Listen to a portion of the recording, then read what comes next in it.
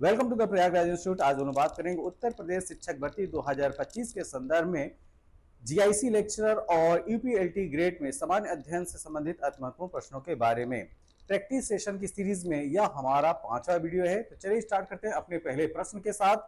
हमारे सामने जो पहला प्रश्न है कि पंडित जवाहरलाल नेहरू के नेतृत्व में अंतरिम सरकार का कब गठित हुई थी। ठीक है, तो जो अंतरिम सरकार थे, इंटरिम गवर्नमेंट थी, वह कब गठित हुई थी ये आपको बताना है। तो यहाँ पे जो डेट है वो है सितंबर 1946। तो 2 सितंबर 1946 को इंटरिम गवर्नमेंट का गठन किया जाता है और किसके नेतृत्व में? पंडित जवाहरलाल नेहरू के नेतृत्व में। तो यहाँ पे हमारा जो सही उत्तर है वो है ऑप्शन नंबर सी। अब हम अगर इसकी व्याख्या की बात करें तो इसके जो महत्वपूर्ण बिंदु हैं वो देख लीजिए। जैसा कि मैंने बताया कि इस सरकार का जो गठन है वह 2 सितंबर 1946 को होता है। ठीक है, इसमें 69% सीटें जो हैं वो कांग्रेस को मिली थी। मुस्लिम लीग है वह शुरू में शामिल होने से इनकार करता है, लेकिन बाद में यह शामिल हो जाती है। तो जो इंटरिम गवर्नमेंट होती है, अंतरिम सरकार होती है, उसमें कांग्रेस और मुस्लिम लीग दोनों मिलकर अंतरिम सरकार में जो है वो उसको चलाते हैं। ठीक है, और इसका गठन होता है 2 सितंबर 1946 को। अब चलते हैं अगले प्रश्न की तरफ। हमारे सामने जो अगला प्रश्न है कि भारत की संविधान सभा की स्थापना किसके तहत की गई। तो जो कॉन्स्टिट्यूएंट असेंबली है उसके उसके बारे में बात की जा रही है।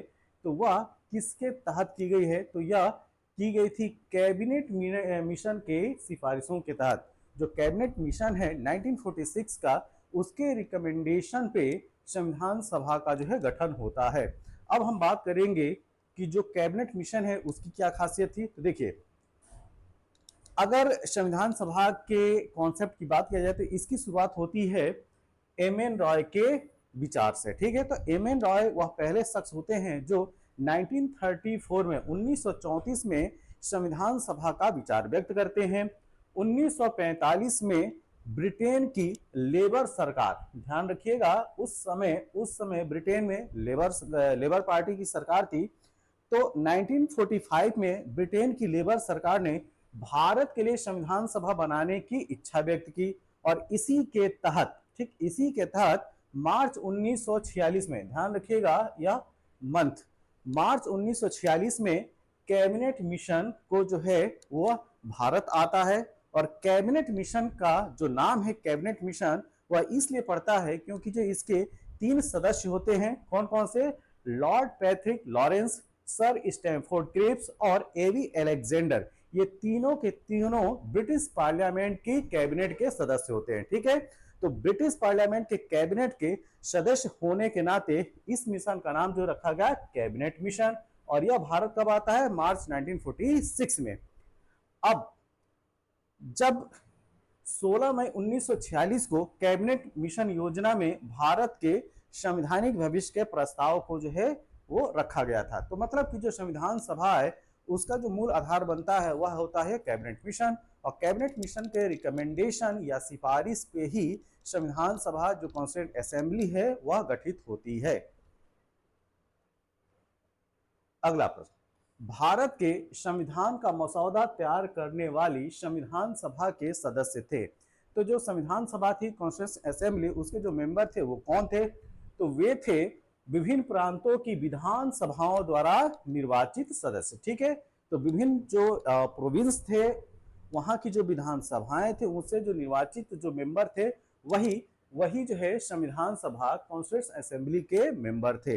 अब बात आती है कि ये मेंबर जो है वो सिलेक्ट कैसे हुए थे, ठीक है, या इलेक्ट कैसे हुए थे। ठीक है, तो संविधान सभा के सदस्य विभिन्न प्रांतों की विधान सभा द्वारा निर्वाचित थे। कुल सदस्य संख्या जो है 389 थी। ये जो नंबर है आपको याद रखना है। संविधान सभा में जो सदस्यों की संख्या है ये भी पूछी जाती है, कितना? 389। प्रत्येक प्रांत और रियासत को उनकी जनसंख्या के अनुपात में सीटें आवंटित की गई थी। तो यहाँ पे क्या आपको याद रखना है? जो नंबर ऑफ सीट थी वो थी पॉपुलेशन के प्रोपोर्शन में, मतलब कि जितनी जहां पे ज्यादा पॉपुलेशन होगी वहां से प्रतिनिधित्व या सदस्यों की संख्या ज्यादा होगी। अब ये जो अनुपात रखा गया था वह एक सदस्य हर 10 लाख, 1 मिलियन, ठीक है, 1 मिलियन जनसंख्या। और ऐसा जैसा कि आप लोग जानते हैं कि 1 मिलियन जो है वो 10 लाख के बराबर होता है, ठीक है। तो हर 10 लाख पे एक मेंबर जो है वो सिलेक्ट किया गया, एक सदस्य जो है हर 10 लाख पे जो है वो आया था संविधान सभा में। तो ब्रिटिश प्रांतों की सीटें मुस्लिम, सिख और सामान्य समुदायों में विभाजित थी, ठीक है। तो ये चीज याद रखना है, 10 लाख लोगों पे जो है एक सदस्य चुनकर आया हुआ था संविधान सभा में। चौथा प्रश्न यह है कि निम्नलिखित में से किस तिथि को संविधान सभा ने राष्ट्रीय ध्वज अपनाया, ठीक है। तो जो हमारा आज की डेट का जो नेशनल फ्लैग है, राष्ट्रीय ध्वज है, वह कब अपनाया गया था? तो यह डेट होती है 22 जुलाई 1947, ठीक। ये प्रश्न भी जो है कई बार पूछा जाता है, तो ये डेट आपको याद रखना है। 22 जुलाई 1947 को राष्ट्रीय ध्वज मतलब कि नेशनल फ्लैग को अपनाया गया था। अब नेशनल फ्लैग के लिए भी जो है एक समिति बनी थी जिसको हम लोग झंडा समिति के नाम से जानते हैं। तो देखिए, राष्ट्रीय ध्वज को 22 जुलाई 1947 को अपनाया गया और डिजाइन पिंगली वेंकैया, ठीक। तो इसके जो डिजाइन करता है, ठीक है, जिन्होंने इसका डिजाइन तैयार किया था उनका नाम था पिंगली वेंकैया। तो पिंगली वेंकैया के द्वारा जो है अपना झंडा जो है वो तैयार किया गया, जो आज वर्तमान में आप देखते हैं। और राष्ट्रीय ध्वज पर जो समिति थी, जो झंडा समिति थी, उसकी अध्यक्षता डॉक्टर राजेंद्र प्रसाद ने किया था। किसने किया था? डॉक्टर राजेंद्र प्रसाद की अध्यक्षता में यह झंडा समिति बनी थी। और इस झंडा जो हम लोग वर्तमान में जो फ्लैग देखते हैं उसकी जो डिजाइन है वह पिंगली वेंकैया ने तैयार किया था। और इसको अपनाया कब गया था? 22 जुलाई 1947 को। अगला प्रश्न हमारे सामने जो पांचवा प्रश्न है, किसने कहा सभा कांग्रेस थी और कांग्रेस भारत थी? यहां पे सभा से मतलब है कॉन्स्टिट्यूएंट असेंबली, संविधान सभा। तो किसने कहा था कि सभा कांग्रेस थी और कांग्रेस भारत थी? यह स्टेटमेंट है ऑस्टिन का, जो ग्रेविन ऑस्टिन है उसका स्टेटमेंट है। ऑप्शन ए इसका सही उत्तर है। तो देखिए, जो ग्रेनविल ऑस्टिन है अपनी पुस्तक द इंडियन कॉन्स्टिट्यूशन, ध्यान रखिएगा ये पुस्तक का नाम भी पूछा जाता है। तो जो इंडियन कॉन्स्टिट्यूशन बुक है ग्रेनविल ऑस्टिन की, उसमें वो लिखते हैं कि सभा कांग्रेस थी और कांग्रेस भारत, ठीक। तो ये चीज आपको याद रखना है, इनकी पुस्तक का नाम भी, ठीक। अगला प्रश्न, निम्नलिखित में से कौन सा मौलिक अधिकार यहां पे बात किया जा रहा है नहीं है, ठीक है। तो जो कोने में जो शब्द लिख दिया जाता है उसको जो है आप ध्यान से देखा करें, इसमें क्या पूछा जा रहा है, ठीक। तो इसमें पूछा जा रहा है कि कौन सा मौलिक अधिकार जो फंडामेंटल राइट्स है उसके अंतर्गत नहीं आता है, ठीक। तो शोषण के विरुद्ध अधिकार यह फंडामेंटल राइट है। समान काम के लिए समान वेतन यह फंडामेंटल राइट के अंतर्गत नहीं आता है। इस वजह से हमारा सही उत्तर होगा ऑप्शन नंबर बी। इसके अलावा कानून के समझ समानता राइट टू इक्वलिटी के अंतर्गत होगा। धर्म की स्वतंत्रता जो है ये भी जो है फंडामेंटल राइट है। तो छठे प्रश्न का जो सही उत्तर है वो है ऑप्शन नंबर बी। तो देखिए, रणधीर सिंह बनाम भारत संघ मामले में सुप्रीम कोर्ट ने कहा कि समान काम के लिए समान वेतन मौलिक अधिकार नहीं है बल्कि एक संवैधानिक लक्ष्य है, ठीक है। कॉन्स्टिट्यूशन के हिसाब से जो है ये चीज होना चाहिए कि सभी लोगों को जो है समान काम के लिए समान अधिकार, समान काम के लिए जो है समान वेतन मिलना चाहिए। इसी वजह से ये चीज जो है राज्य के नीति निर्देशक तत्व में डाल दिया गया है। राज्य को ये निर्देशन जो है कि सभी को समान काम के लिए समान वेतन का जो है वो प्रावधान करे, ठीक है। तो यह जो है मौलिक अधिकारों के तहत नहीं है। और वह जो केस था वो कौन सा केस था ये भी आपको याद रखना है।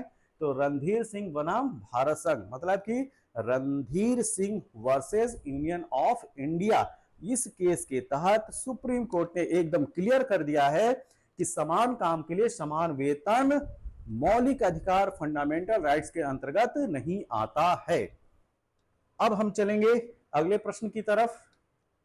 हमारे सामने जो अगला प्रश्न है कि मौलिक अधिकारों की अवधारणा किस देश के संविधान से ली गई है? तो फंडामेंटल राइट का जो कॉन्सेप्ट है हमारे देश में वह किस देश के संविधान से प्रेरित है?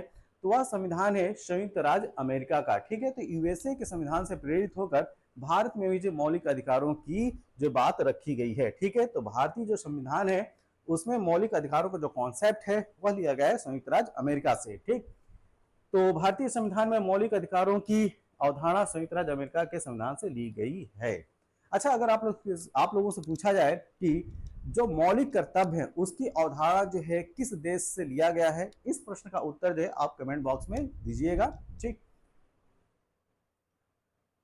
अगला प्रश्न, आठवां प्रश्न यह है कि राज्य परिषद मतलब कि राज्यसभा की यहाँ पे बात की जा रही है। तो राज्यसभा की रचना में प्रतिभा, अनुभव और सेवा को प्रतिनिधित्व देने में भारतीय संविधान निर्माताओं ने किस देश के उदाहरण से प्रभावित होकर ऐसा किया है? तो यह है आयरलैंड जो रिपब्लिक है, आयरिश रिपब्लिक है। ठीक, वहां से यह कॉन्सेप्ट जो प्रेरित है।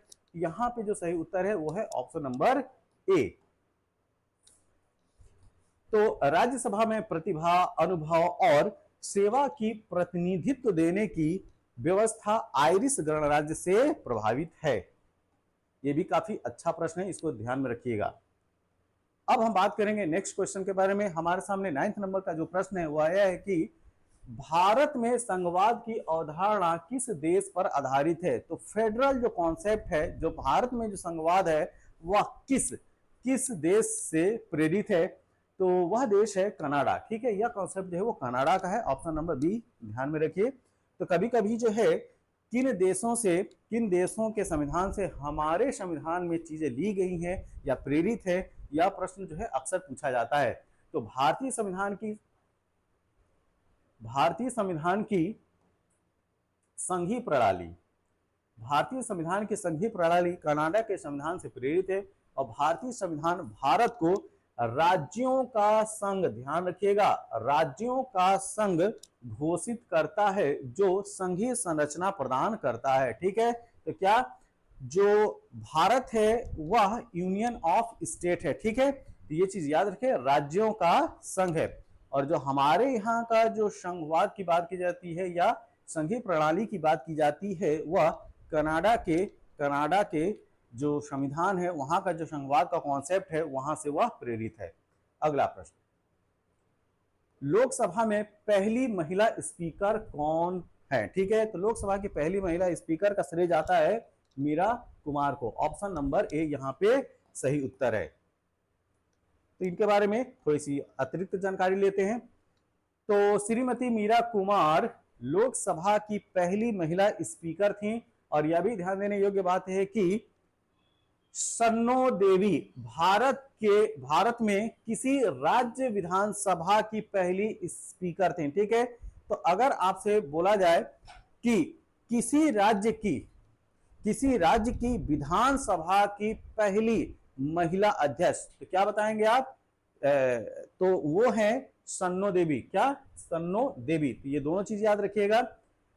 वे हरियाणा विधानसभा की स्पीकर थी 6 दिसंबर 1966 से लेकर 17 मार्च 1967 तक।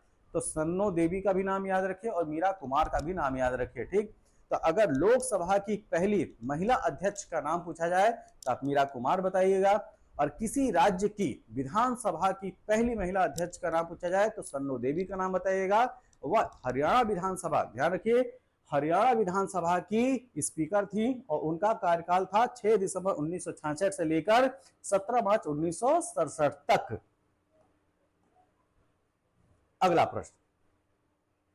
प्रश्न यह है कि निम्नलिखित में से कौन सा उद्देश्य भारतीय संविधान की प्रस्तावना में निहित नहीं है? तो आपको बताना है कि जो हमारा प्रियम्बल है उसमें इनमें से कौन सी बात देखने को नहीं मिलती है। ठीक है, तो इसमें जो है आर्थिक स्वतंत्रता की बात नहीं की गई है। ठीक है, तो यहाँ पे जो सही उत्तर होगा वो होगा ऑप्शन नंबर बी। तो विचारों की स्वतंत्रता है, व्यक्ति की स्वतंत्रता है, विश्वास की स्वतंत्रता है, और जो नहीं है वो इकोनॉमिक फ्रीडम की बात इसमें नहीं की गई है।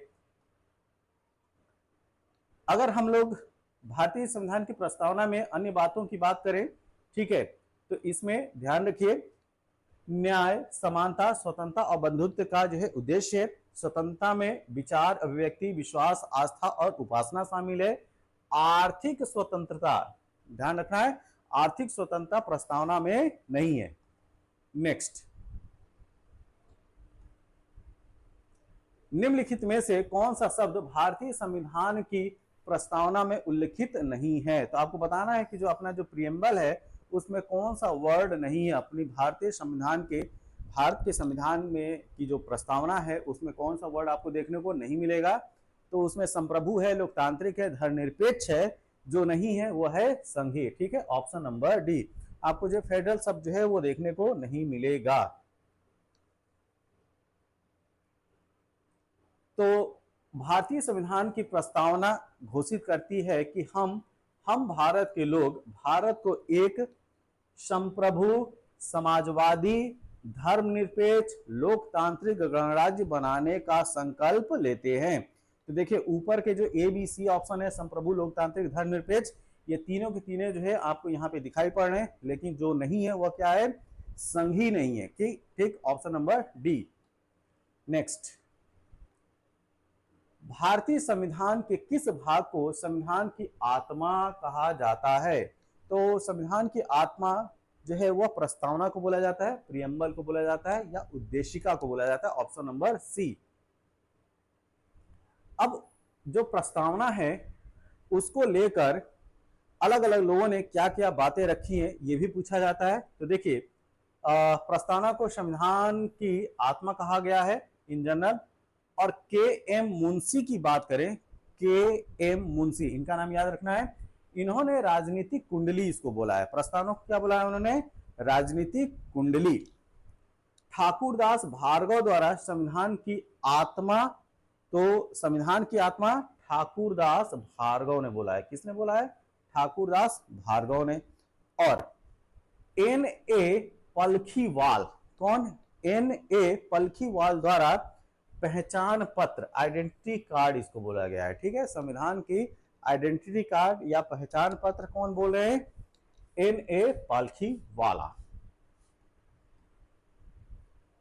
अब हम बात करेंगे अगले प्रश्न के बारे में। भारतीय संविधान का अनुच्छेद 249, कौन सा? 249, ठीक है, किससे संबंधित है?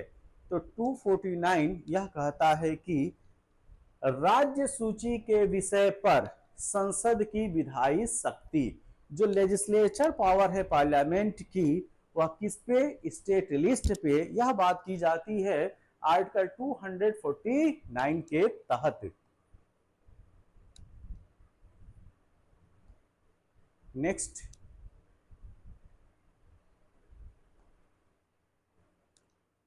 संविधान के अनुच्छेद 371 के तहत विशेष प्रावधान किस राज्य के लिए है? ठीक, तो 371 के तहत महाराष्ट्र और गुजरात के लिए जो है स्पेशल प्रोविजन जो है वो फिक्स किया गया है। तो यहाँ पे जो सही उत्तर है वो है ऑप्शन नंबर बी। तो अनुच्छेद 371 महाराष्ट्र और गुजरात के लिए विशेष विकास बोर्ड का प्रावधान करता है। ठीक है, तो स्पेशल डेवलपमेंट बोर्ड की जो बात की जाती है आर्टिकल 371 के तहत महाराष्ट्र और गुजरात के लिए की जाती है। अगला प्रश्न यह है कि निम्न विषयों पर विचार कीजिए और उन्हें संविधान में उल्लिखित क्रम में व्यवस्थित कीजिए। तो आपको बताना है कि संविधान में जो हमारा जो कॉन्स्टिट्यूशन है उसमें किस क्रम में जो है वो कौन कौन सा आता है। ठीक है, तो जैसे यहाँ पे संघ और उसका क्षेत्र की बात की गई है, मौलिक कर्तव्य, नागरिकता, राज्य के नीति निर्देशक सिद्धांत। ठीक, तो जैसा कि हम लोग जानते हैं संघ और उसका क्षेत्र जो है वो भाग 1 में कही गई है बात। मौलिक कर्तव्य जो फंडामेंटल ड्यूटीज हैं, ठीक है, मौलिक कर्तव्य जो है वह 4A में की बात की गई है। नागरिकता जो है वो 2 में, नागरिकता जो है भाग 2 में बात की गई है। राजनीति के जो निर्देशक सिद्धांत हैं वो भाग 4 में किए गए हैं। ठीक है, तो अब इसके हिसाब से इसको हम लोग अरेंज कर सकते हैं। तो पहले क्या होगा? 1 संघ और उसका क्षेत्र 1, उसके बाद 2, उसके बाद जो नागरिकता है वो आता है 3, उसके बाद राज्य के नीति निर्देशक सिद्धांत 4, उसके बाद जो मौलिक कर्तव्य है 2, ये आएगा। ठीक है, तो 1 3 4 2, 1 3 4 2। ठीक, तो यहाँ पे इसको जो है सुधार लीजिए, इसको हम लोग जो है इंटरचेंज कर लें। ठीक, तो ये ऑप्शन नंबर आप इसको जो है बी बना लीजिए। क्या? 1 3 1 3 4 और 2। ठीक है, इसको आपको सुधार लेना है। ठीक है, यहाँ पे ये वाला चला जाएगा और इसकी जगह पे ये वाला आ जाएगा। ठीक है, तो ऑप्शन नंबर बी जो है वो इसका सही उत्तर है।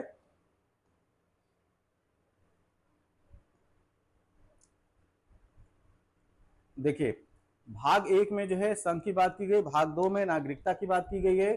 देखिए यहाँ पे इसको सुधारिए, ये 4A है। ठीक, इसमें मौलिक कर्तव्य की बात की गई है, इसको काट दीजिए। ठीक, यहाँ पे लिखा भी गया है भाग 4 में जो है मौलिक कर्तव्य है, और भाग 4 में जो है राज्य के नीति निर्देशक तत्व हैं या सिद्धांत है। ठीक है, तो इसको याद रखिएगा। नेक्स्ट, यदि भारतीय संघ का नया राज्य बनाना है तो संविधान की किस अनुसूची में संशोधन करना होगा? ठीक है, तो अगर नया राज्य बनाना है तो आपको संशोधन करना पड़ेगा फर्स्ट में। ठीक है, पहली अनुसूची में, ऑप्शन नंबर ए।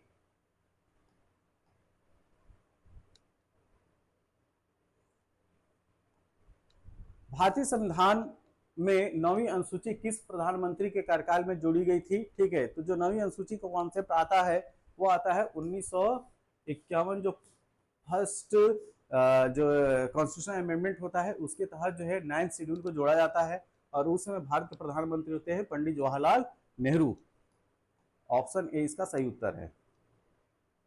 अगला प्रश्न, कोहेलो मामला भारतीय संविधान की किस अनुसूची से संबंधित है? तो यह संबंधित है 9वीं अनुसूची से। ठीक, तो इसका जो सही उत्तर है ऑप्शन नंबर सी, 9th शेड्यूल। तो यह 9वीं अनुसूची के कानूनों की न्यायिक समीक्षा से जुड़ा हुआ है। ठीक, अगला प्रश्न, संविधान का भाग 4 निम्नलिखित में से किससे संबंधित नहीं है? ठीक है, तो भाग जो है 4 नहीं है, भाग 6 जो है निम्नलिखित में से किससे संबंधित नहीं है?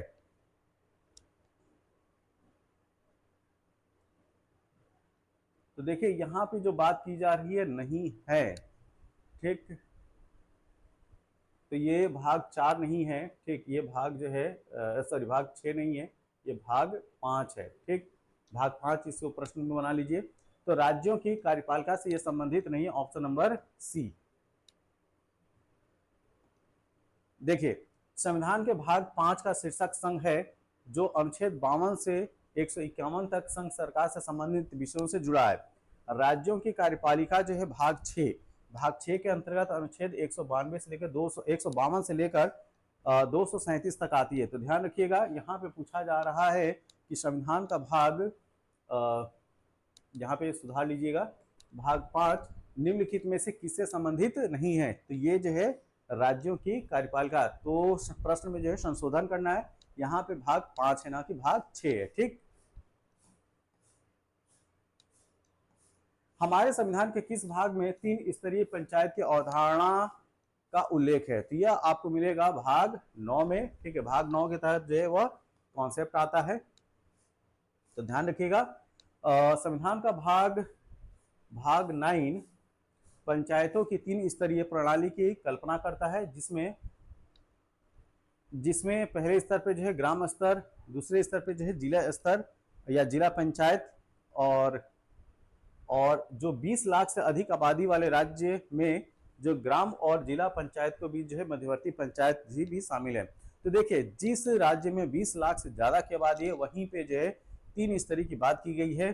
तो ग्राम पंचायत और जिला पंचायत के बीच में जो है एक ब्लॉक लेवल की बात की गई है, एक मध्यवर्ती लेयर की बात की गई है। ठीक है, तो 3 लेयर की जो बात की जाती है वो वहां पे की जाएगी जहां पे जो पॉपुलेशन है वह 20 लाख से ज्यादा है।